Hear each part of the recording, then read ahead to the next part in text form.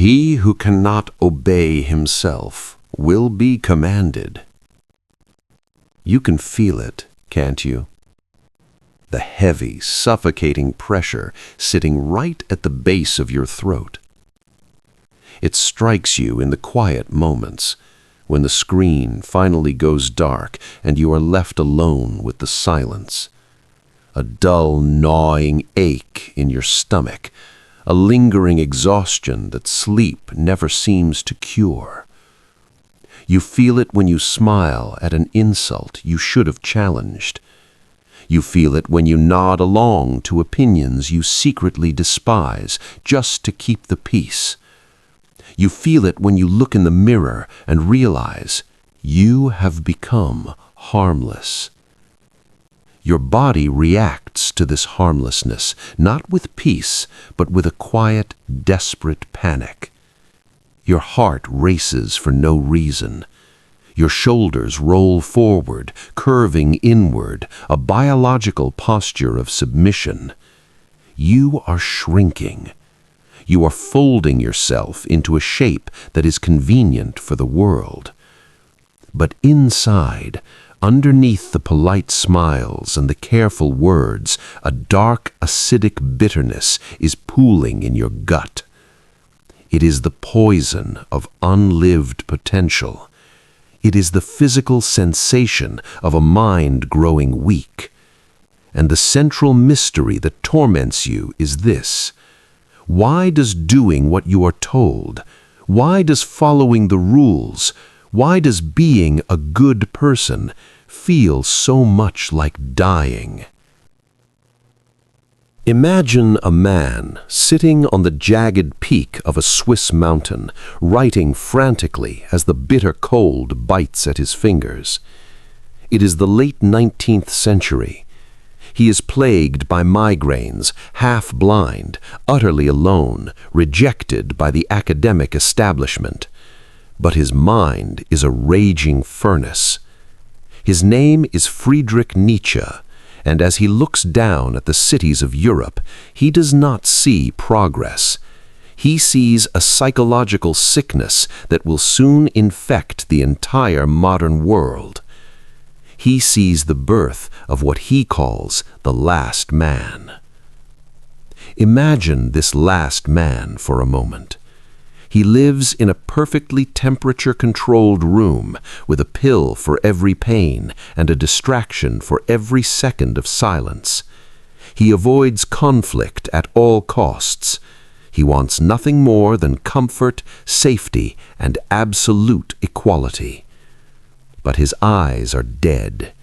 He blinks lazily in the artificial light, completely devoid of passion, ambition, or danger. Nietzsche looked at the future of humanity. He looked at us, and he trembled. He realized that our society was being engineered to systematically destroy greatness, to punish strength, and to reward weakness.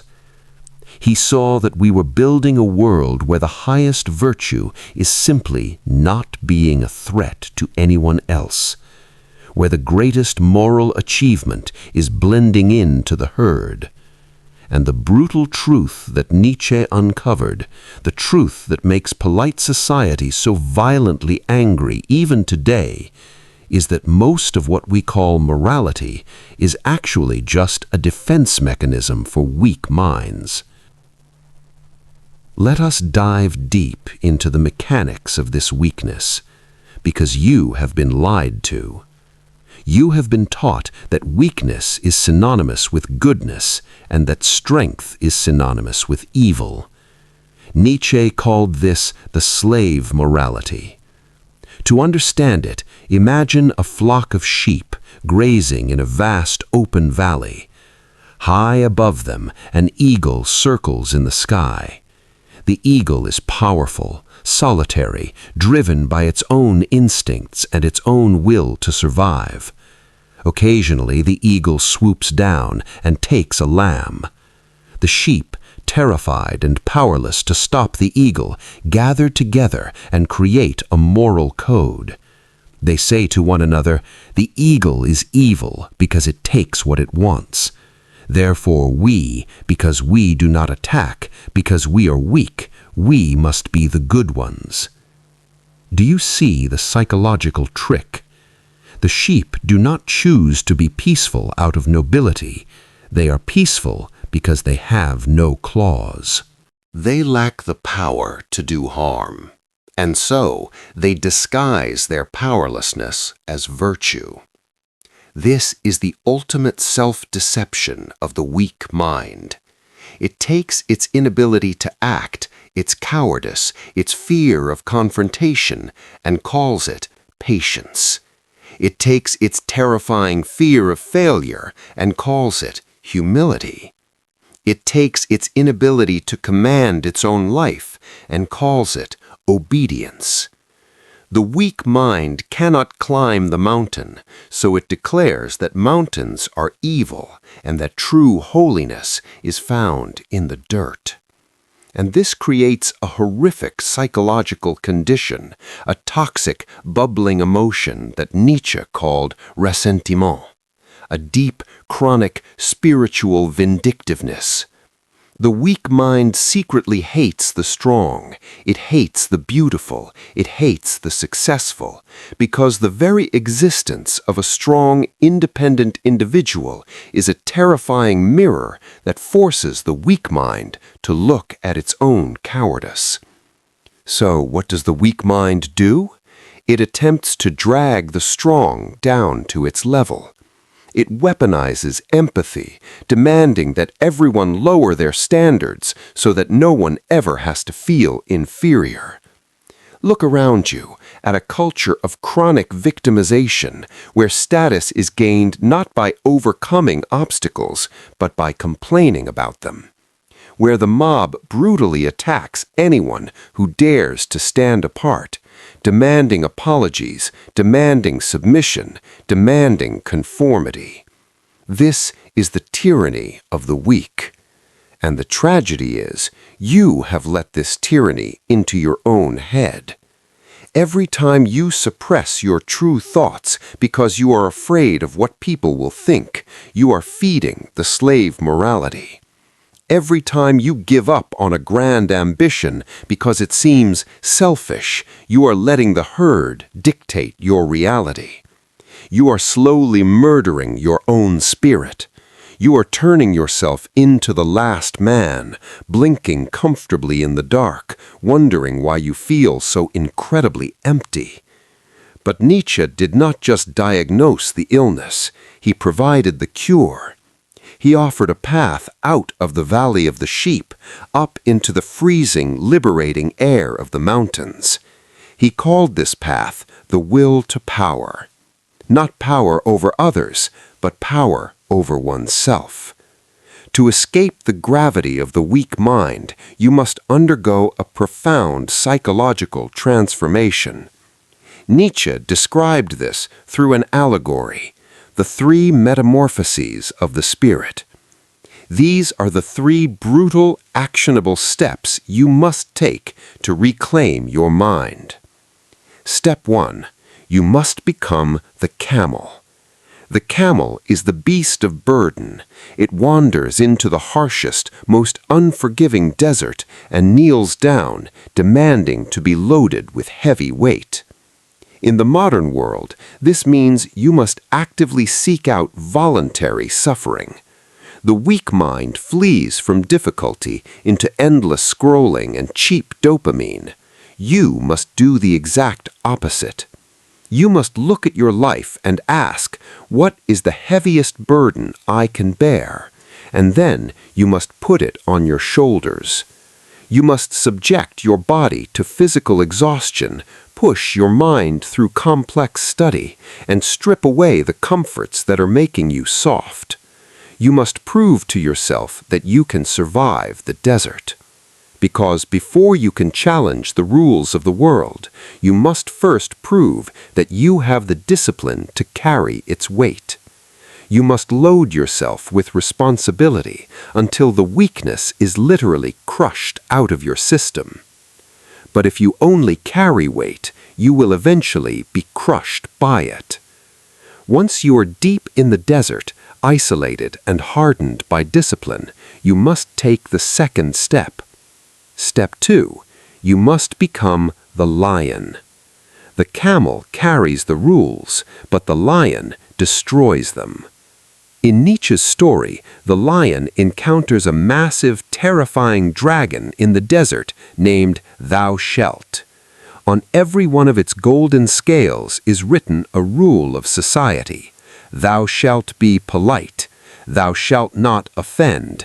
Thou shalt follow the crowd. The dragon represents all the inherited guilt, shame, and expectations forced upon you since birth. The weak mind bows to the dragon, but the lion roars a sacred no. You must systematically analyze every single belief and moral instinct you hold and ask yourself, is this mine, or was this programmed into me by a weak society? You must have the terrifying courage to say no to the expectations of your culture and your peers. You must look the dragon of societal pressure in the eye, feel the heat of its fire, and refuse to step back. When they try to shame you into submission, you must sever the emotional cord. This is a violent psychological process. It will feel like tearing out your own heart, because the need for social approval is deeply wired in our biology. But you must kill the dragon of Thou Shalt to win your freedom. Yet, even the lion is not the final form. The roar of the lion leaves a void, a vast, empty silence. And so, the spirit must undergo its final transformation. Step 3. You must become the child. Why a child? Because a child represents a new beginning. A pure, creative force that plays and forgets the past. Once you have endured the discipline of the camel and won the freedom of the lion, you must create your own meaning. You must look at this chaotic, meaningless, tragic universe, and you must say a sacred yes. This is what Nietzsche called amor fati, the love of one's fate. The weak mind wishes for a different life, an easier past, a future without pain. The strong mind, the mind of the child, wants absolutely nothing to be different. Not forward, not backward, not in all eternity. You must look at your trauma, your failures, your deepest regrets, and embrace all of it as the necessary fuel for your own greatness.